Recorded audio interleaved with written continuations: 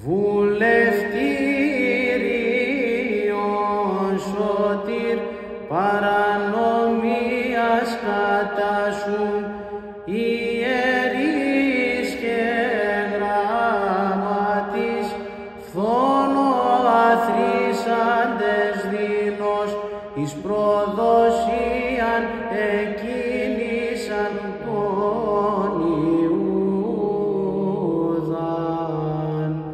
Όθεν ανέδος εξεπορεύετον ελάλη κατάσουν της παρανόμης λαής τίμη φύση παρέχεται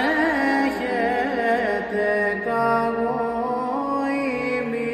αυτόν παραδώσω ισχύρας ημών της κατακρίσης